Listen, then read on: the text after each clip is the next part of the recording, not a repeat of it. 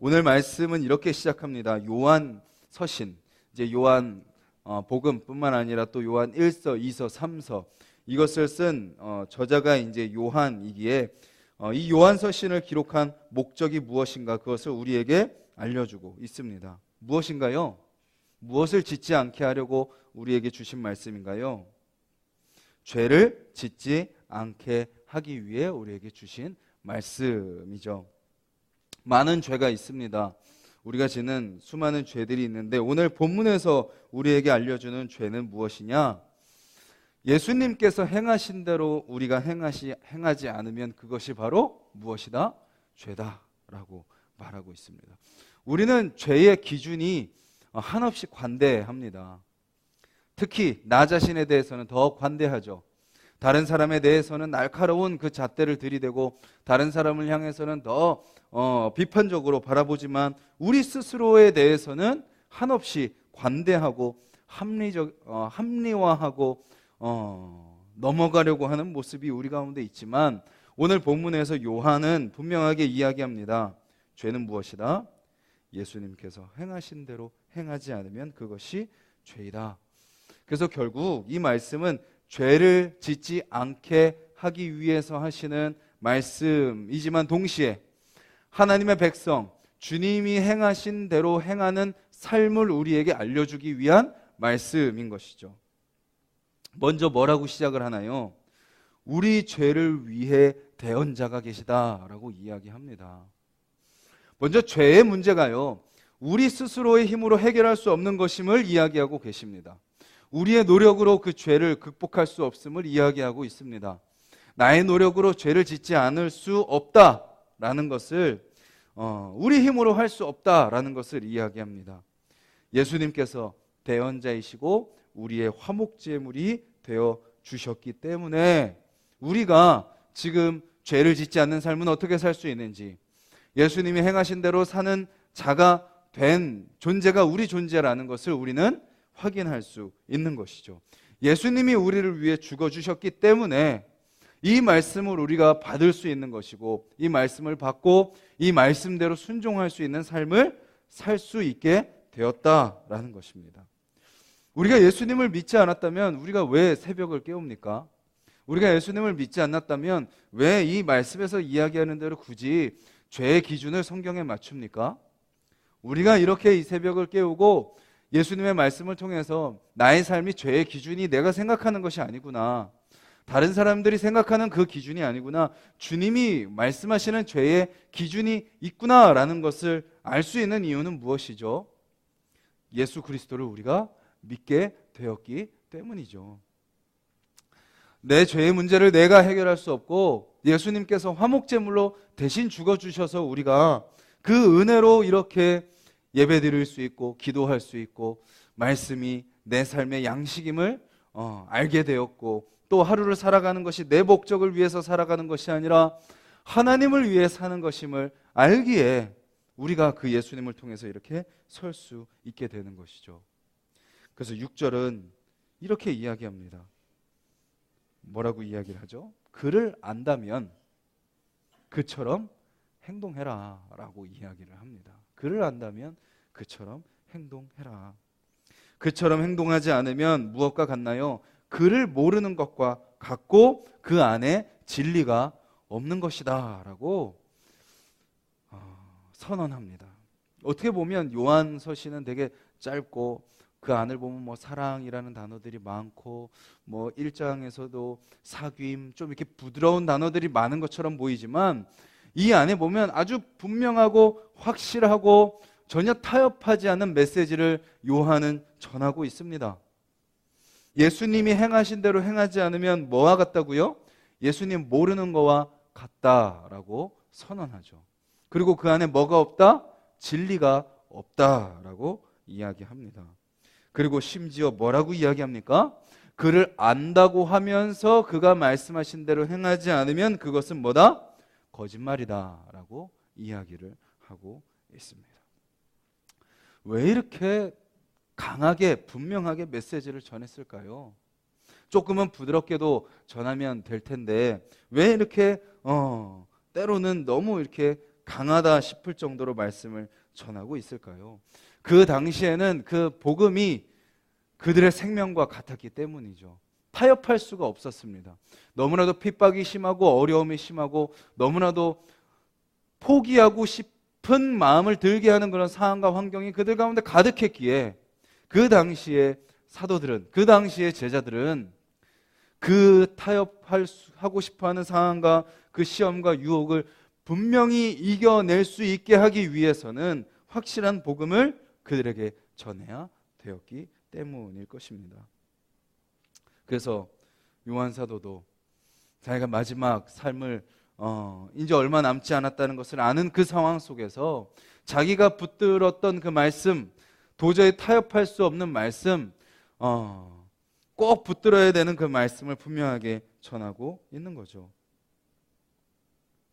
그의 안에 산다면 그의 사랑 안에 사는 것이고, 그 삶은 그 안에 하나님의 사랑이 있다는 증거이고, 사랑이 있기 때문에 사랑할 수 있는 것이고, 그렇게 사랑하는 사람을 다른 사람들이 하나님의 백성임을 알게 될 것이다 라고 이야기하고 있는 것이죠. 그것을 또 이렇게 표현합니다. 빛이 이미 우리에게 비치고 있다라는 것입니다. 이미 빛이 우리에게 비친다면 우리는 갈 길을 몰라 헤맬 필요가 없다라는 것입니다. 우리가 여전히 나의 삶을 놓고 불안해하고 두려워한다면, 여전히 우리의 상황 때문에 염려하고 걱정하고 있다면, 그건 아직도 빛이 나에게 비춰진 것을 누리지 못하고 어둠 속에서 떨고 있는 모습과 같은 것이죠. 빛이 우리에게 이미 비춰졌는데 그 안에서 몸을 녹이고 따뜻함 가운데 그 주님이 주시는 그 평안함 가운데 거하지 못하고 아직도 내가 뭔가 해야 될 것 같고 뭔가 그런 모습으로 살아가고 있다면 아직도 그 빛이 주는 따뜻함을 누리지 못하는 거죠. 빛은 우리에게 이미 비춰지고 있습니다. 말씀을 통해서, 기도를 통해서, 또 여러분들 개인적으로 묵상하는 큐티를 통해서, 또 예배와 공동체와 교제와 나눔을 통해서 이미 빛은 우리의 삶 곳곳에서 비춰지고 있습니다. 또 삶의 현장 속에서 여러분들이 하나님을 바라보는 그 모든 순간순간이 우리에게 빛이 비춰지는 그 순간인 거죠. 그래서 그 빛 가운데 사는 사람은 어떻게 살게 된다고요? 내가 그 빛을 통해서 하나님의 사랑을 경험했듯이 그도 누군가를 사랑하게 된다라는 것입니다. 그것이 빛 가운데 거하는 삶의 모습이다라는 것이죠. 그리고 또 본문은 이렇게 표현합니다. 그렇게 빛 가운데 거하는 사람은 거리낌이 없다. 거리낌이 없다라는 말은 먼저 나 자신을 그 누구도 넘어뜨릴 수 없다라는 것입니다. 그러니까 그 어떤 장애물이 나에게 다가와도 내가 어떻게 된다는 거예요? 넘어지지 않는다라는 것입니다. 넘어지지 않는다는 것은 뭐 여러 가지 의미가 있겠죠. 관계에 있어서 상대방이 나를 힘들게 해도 내가 그를 똑같이 갚아주지 않는다라는 의미일 수도 있겠고요. 또 내 감정이 흔들리지 않는다라는 의미일 수 있겠죠. 그러니까 주님께서 나를 사랑하신다는 확신이 있기 때문에 그 확신 가운데 흔들리지 않는 모습으로 서 있는 것이죠. 그리고 또 거리낌이 없다는 것은 다른 사람에게 내가 장애물이 되지 않는다라는 의미도 있습니다. 다른 사람을 힘들게 하거나 다른 사람에게 거리끼게, 다른 사람을 넘어뜨리는 장애물로서의 역할을 내가 하지 않게 된다라는 것을 의미하고 있는 것이죠. 근데 반대로 무엇을 또 이야기하죠? 사랑하지 않으면 어디에 있는 거예요? 어둠 가운데 있는 것입니다. 어둠이 그의 눈을 멀게 했다라고 본문은 표현하고, 그래서 결국 그 어둠 때문에 갈 곳을 모른 채 방황하는 인생이 된다라는 것을 이야기하고 있는 것이죠. 그런 것 같습니다. 우리의 삶을 돌아보면요, 그렇게 헤매고 방황했던 시기, 그렇게 서로 못 잡아먹어서 안달했던 그 시기, 그렇게 서로 다투고 싸우고 뭐든지 다 욕심 가운데 살아갔던 그 시기를 잘 놓고 보면 뭔가 그 당시에는 내 인생의 목표가 분명했고 오히려 그때 내가 뭔가 내 계획을 세웠던 것 같고 내 목표를 세웠던 것 같고 그렇게 치열하게 살았던 것 같지만 그때를 돌아보면 정말 인생이 정처 없이 헤매고 방황했구나라는 것을 깨닫게 됩니다. 오히려 갈 곳을 몰라 목표 지점이 그 당시에는 분명하다고 생각했지만 오히려 그때를 놓고 보면 이리 가고 저리 가고 이리 쳐이고 저리 치였던 우리의 모습을 살펴볼 수 떠올릴 수 있게 되죠. 근데 지금 주님의 사랑이 여러분들 가운데 있다면 내 인생의 계획과 내 인생의 목표를 말하라 그러면 뭔가 예전과는 불분명하고 뭔가 잡히는 것 없는 것 같지만 우리의 내면 가운데 무엇이 있나요? 그 사랑 안에 거한다면 내 계획과 내 생각과 내 뜻과 내 목표와 내 방향이 분명하지 않을지라도 내 안에 누구의 목적과 방향이 있는 건가요? 주님의 목적과 주님의 방향과 주님의 계획이 내 안에 있다는 확신이 분명하기에 우리의 인생이 갈 곳을 몰라 헤매는 인생이 아닌 나는 어디로 갈지 모르지만 나는 어디서 무엇을 하며 살아가게 될지 모르지만 주님이 나의 삶을 분명히 계획하신 대로 인도하신다라는 확신 가운데 그 방향을 향해 나아가는 삶이 되는 거죠. 그리고 그렇게 살아가고 있다는 것을 보여주는 증거가 무엇이에요? 그 중에 여러 가지가 있겠지만 오늘 본문이 우리에게 알려주는 것은 사랑하느냐라는 것입니다. 사랑하느냐, 사랑하고 있느냐.